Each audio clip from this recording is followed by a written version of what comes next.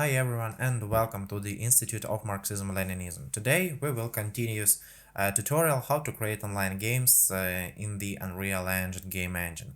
Today our ninth tutorial, and today we will create a basic empty EngineManager class and the main DbContext class.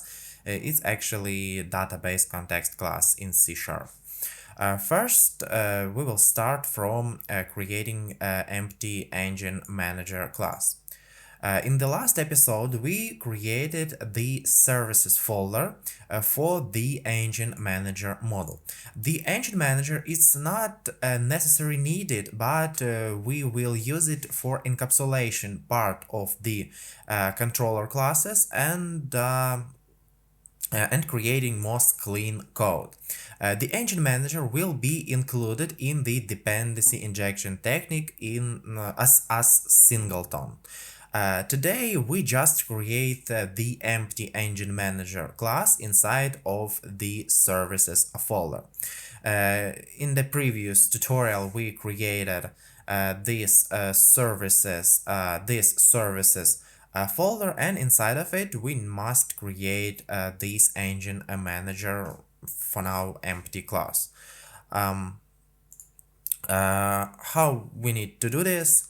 We need to do right mouse button click on the services folder, then click add, click new item, and then we need to select new class. We need to call it EngineManager. Actually you can call it as you want.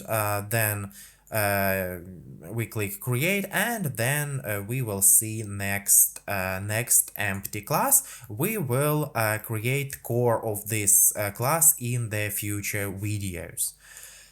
Great, it must seems like this. Also, I wanna say thank you for our Patreon sponsors. For now, we have first one sponsor. It's Thomas Anderson.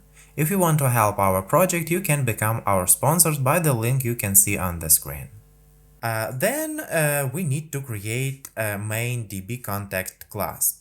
The database context class, DbContext for short, is part of imported before Entity Network Core ORM system. In our previous episodes, in the 7th tutorial, we imported this Microsoft Entity Framework Core.SQL Server Entity Framework ORM system. As I said before, this system give us ability to work with database as like with just simple C# object. We don't need to learn some SQL queries. We just will use standard C# method to create, read, update, or delete some data from our database. Great, this class is representing our database as simple C# object. Yeah. Inside of it, we will store our entity classes like player user and character.cs. It's classes we created before in the previous episode as array variables, but actually not standard array, but specific dbset collections. But it's dbset class, but dbset it's inherit from IEnumerable, IEnumerator. It's just specific collections like a standard list collection. In future, we will do the specific migration operation, and in our Microsoft SQL Server database will be automatically created tables based on our entity dbset variables. Actually, we will hold inside of our dbset class this player user and characters and character.cs variables, and when we make some specific migration, it's in our database will be created will created the same tables. In the future, yep, I said it. dbset player user variable will create a player user table, and dbset character variable will create a characters table. when we ended our setup, we will have the opportunity to create, read, update, and delete database operation uses database context class methods instead of regular SQL queries, as I said before. Actually, to create this class, it's making this the same way. On the models folder, we do right mouse button click, select add new item, then we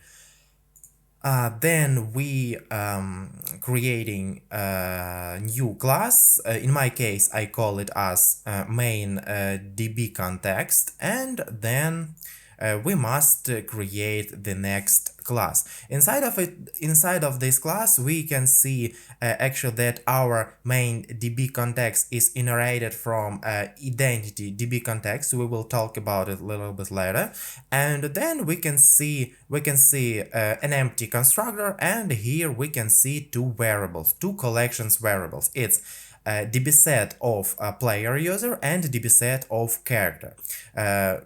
And it's player users and characters. When we make specific migrations, these tables will be created automatically in our database. Yep, great, you can see this code here. And then pay attention that our created main DB class derives from identity DbContext class, not from a DbContext class. It's because we're using not the entity framework core only, but the entity framework with the identity system. Yep, as I said before, in our seventh episode, we added not only not entity framework core only, but Microsoft ASP.NET Core .identity.